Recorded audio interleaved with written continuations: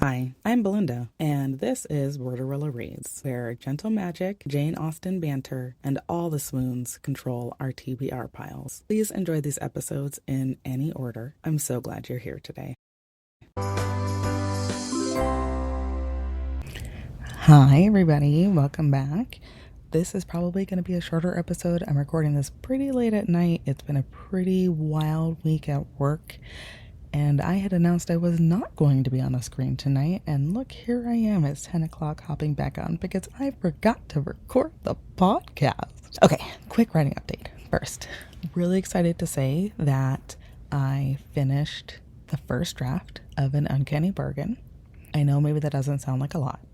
I've been working on it for 3 years. How can it possibly be the first draft? I'm more of a clean writer. It's like for instance, I wrote the beginning of the last chapter 7 times until I got the vibe right. Once I had it right, I was able to write the rest of the chapter really easily. I also have an amazing editor, the Cozy Cottage Editing, Jessica there.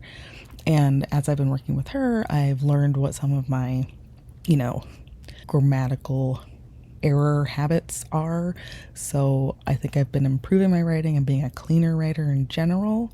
So that I'm hoping, other than finding, typos and other things like that, I'm hoping will make editing easier. Editing is definitely the fun part for me. I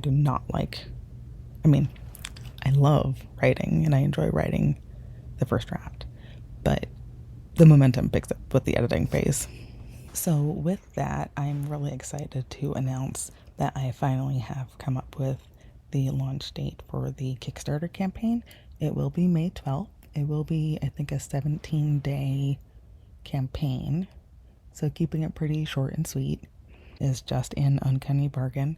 And then if you want to get the swag and books earlier in the series, you'll just buy through my website when we do the fulfillment process. So spring is coming. I can feel it, mostly because my eyes are watering from the tree pollen. And we had to put the air purifier on in the house because we were all sniffling and rubbing our eyes and sneezing. But because I enjoy spring and I always think of Bambi and how the little animals are all Twitter-pated, I thought it would be fun for this short episode just to review some, I guess we could call them soft heroes. But it's not soft as in like they're pushovers. It's soft as in like they're soft with and for their romantic interest. And so I wanted to highlight a couple from some books that I've read recently that really I enjoyed reading about these heroes so much that even though I read most of these in ebook format, I wanted to go back and buy the print book just so I could highlight things that the hero says or does to show that he is a good guy without having to announce that he is a good guy. He is in full support of his heroine, and he knows when to step up to, I guess, protect her, or to step back because she's got it, and he's in her corner. So the most recent one is No Rings Attached by Stephanie Harrell. I actually give this one a 5 out of 5. So this is a really cute, easy, fast read, rom-com, fake dating, plus size heroine. Not really I guess he's kind of the owner of a company, small town. Anyway, the premise is, without knowing it, the boss man stumbles upon his assistant whose car died in the middle of the night on the way to her first day on site. She's been working remotely for him for a couple months now.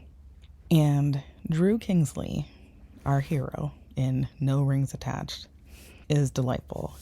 I kind of consider him a gold standard. He's kind of like a cinnamon roll CEO in denial.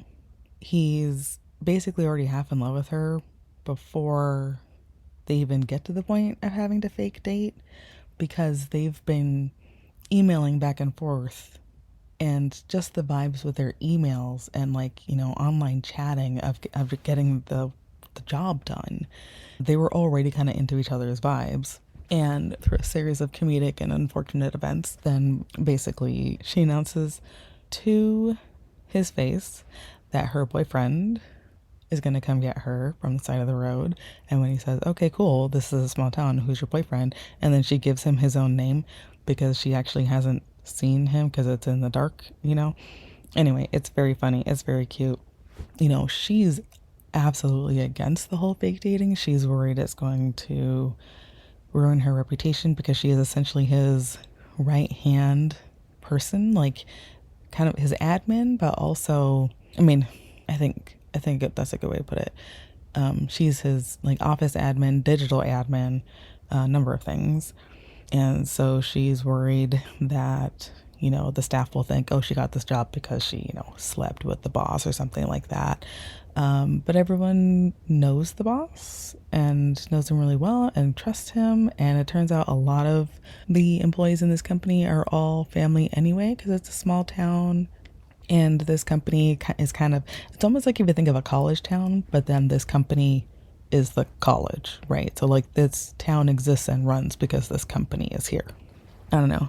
I would just say Dhru Kingsley, he is totally up for pretending to be her boyfriend because her family's super toxic and it's just descending upon her and she needs the support.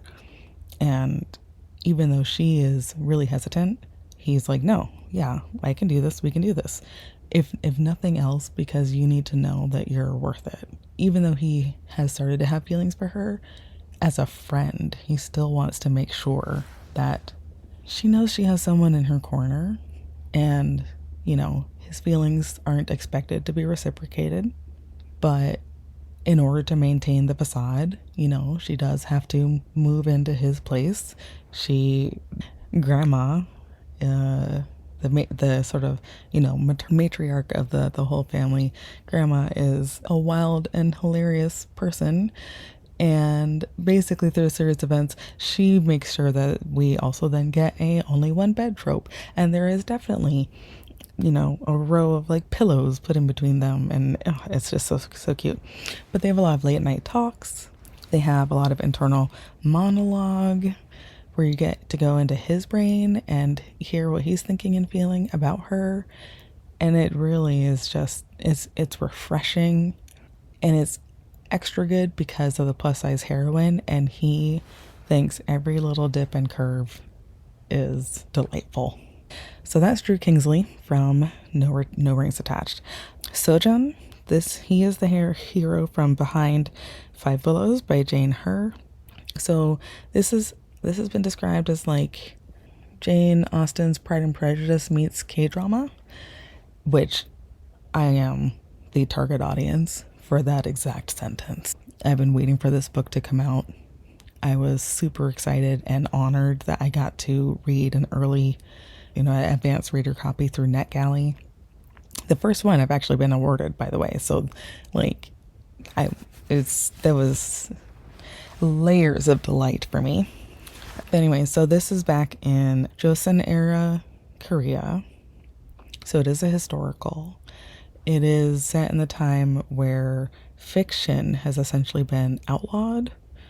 And so our heroine is she's illegally transcribing novels and helping make copies of them so that they can be circulated in basically this illegal underground library. Which, given my love for libraries, I mean, this book is just so good. Oh, I just love it. But so basically, you spend the book with a heroine who's meant to be Lizzie, and you know she's at risk, but this is also helping her make money for her family with this transcription of these books and making copies of these books. And she particularly loves to transcribe and copy books by this one author.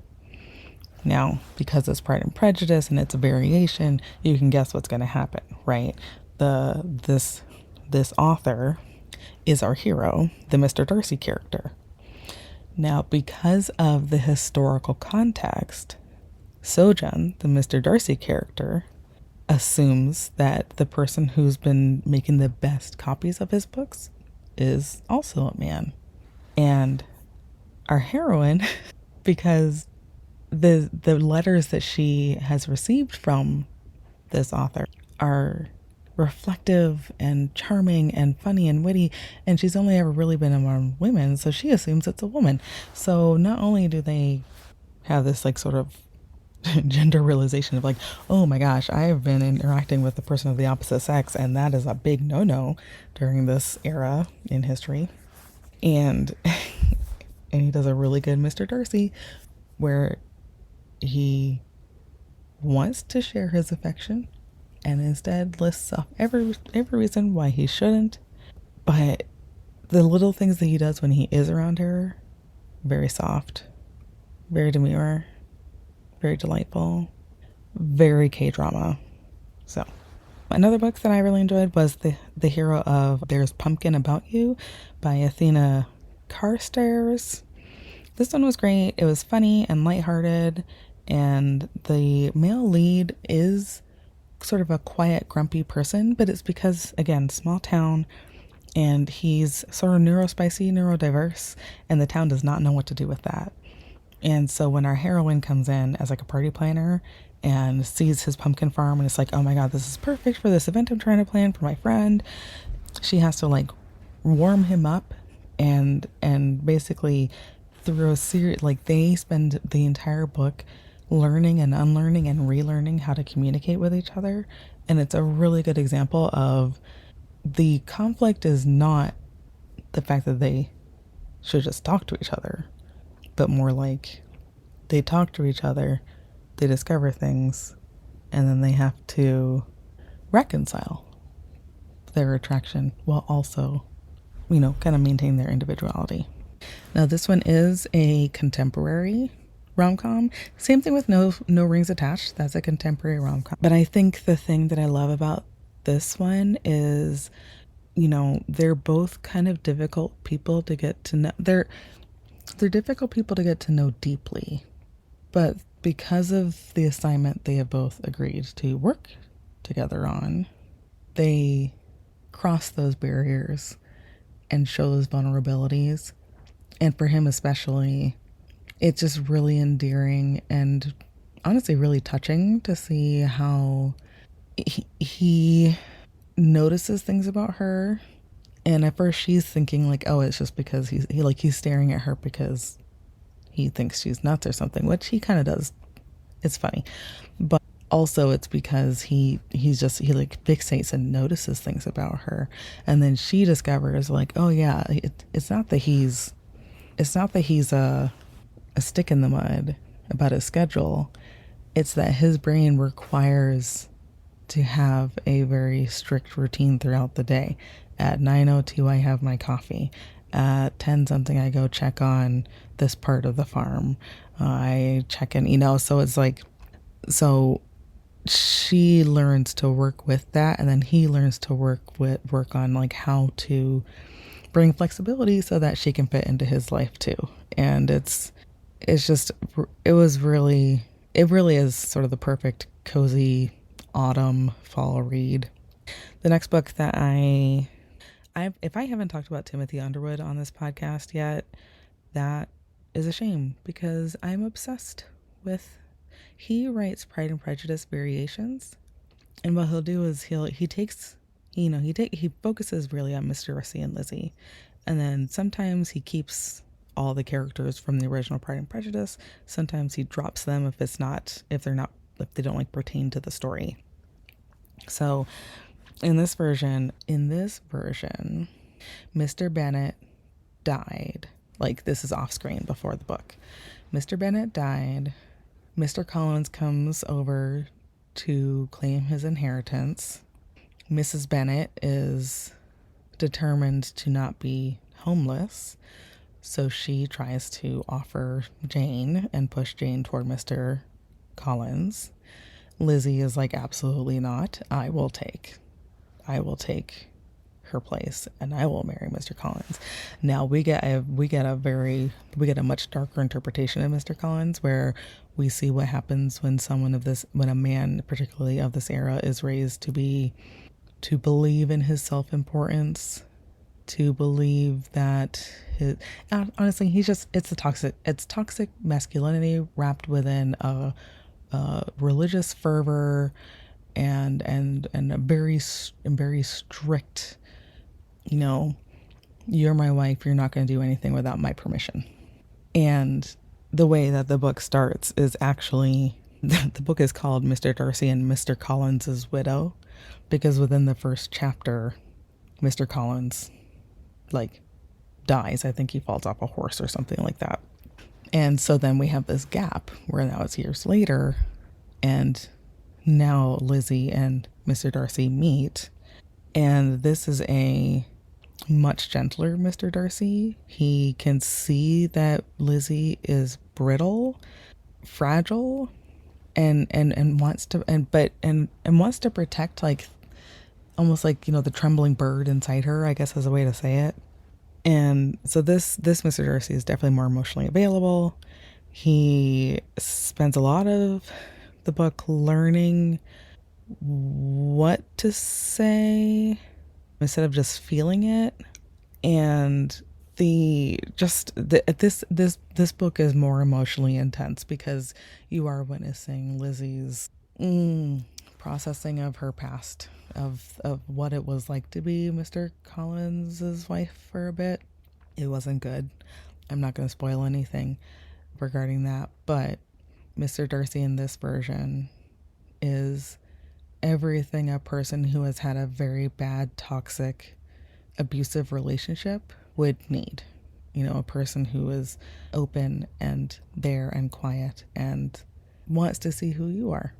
Okay, and then I'm going to end this because I said I was going to keep this one short.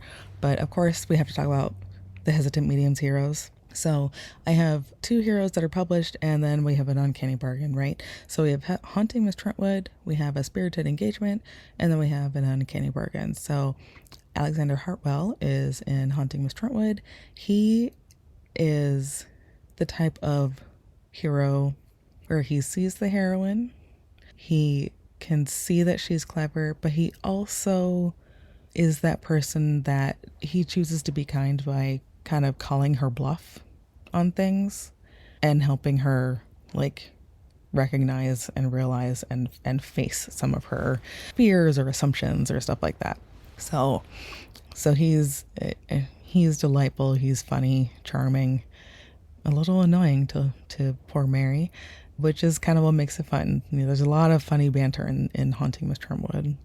Jasper, we met in Haunting Miss Trentwood, and he's sort of spineless, and it's like, why are you here? You're messing up our really cute thing with Hartwell and Mary. But he gets redeemed in A Spirited Engagement. It's like a second chance romance, and he really comes into his own, and especially he makes sure that Tessa, our heroine, is seen for more than just the service she provides as this really proficient medium, but that she has value just by existing, just by entering a room and being there. She deserves to be noticed and praised and interacted with and that sort of thing. Which is great because Tessa is sort of all business and is like, I just want to get my job done and I don't want to talk to you. And I definitely don't want to have any romance because it's just going to distract me from my professional goal. But at the same time, gosh, I forgot how nice you could be when you chose to be. And he spends his entire book showing that he has matured in the 10 years since they've seen each other and that he's worth taking another chance on. Now, Dhru, poor Dhru. Dhru from an Uncanny Bargain. Well, his full name is Dhruvesh Collinsley. And yes, it is meant to be a play on Mr. Collinsley. I am kind of playing with the idea of okay, so what if Mr. Collins actually was kind of a good guy and did not threatened to throw out the Bennett women when he inherited the house. So that was kind of the original premise of the book. Now, the story went way left field from that pretty quickly. But the thing about Dhru is he comes roaring onto the page with so many assumptions about the heroine, because all he knows of, whatever he knows about her, is from her twin.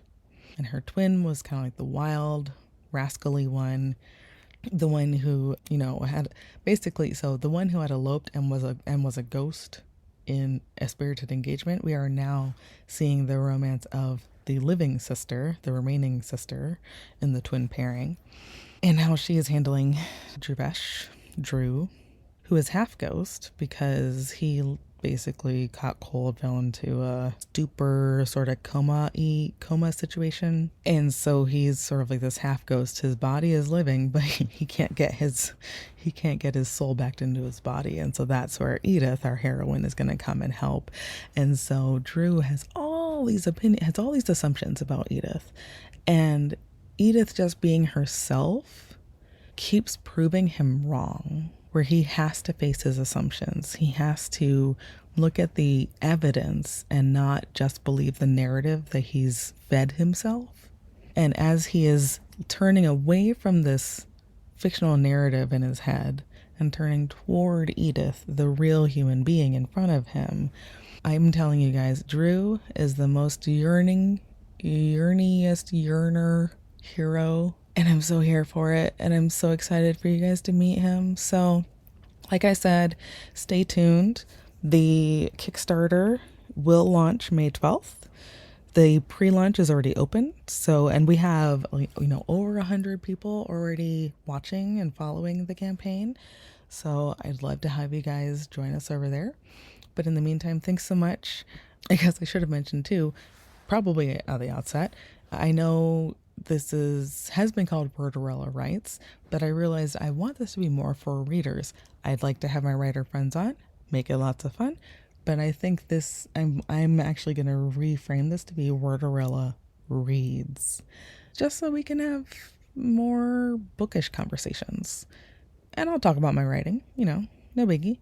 But I think I want this to be for readers more than just more I hate the word just, more than a podcast for writers who come on to be a reader and to chat about the books they're reading. Yes, absolutely. Let's go and love on the books that we've enjoyed recently, put a little shimmer into the world. Well, thanks so much for being here, and if you are on the newsletter, I think we're gonna get some new goodies, because we'll have some coloring pages, printables available. But in the meantime, if you have any favorite books where you feel like the hero is both soft and firm in his identity and firm in his knowledge that the heroine is a strong woman who can handle things, but also needs a soft place to land, and that soft place should be him, tell me about those books. Find me on Instagram, send me an email. I'd love to hear them, because I'm realizing that's my type. That's my type. All right, I'll catch you guys later. Thanks so much for joining.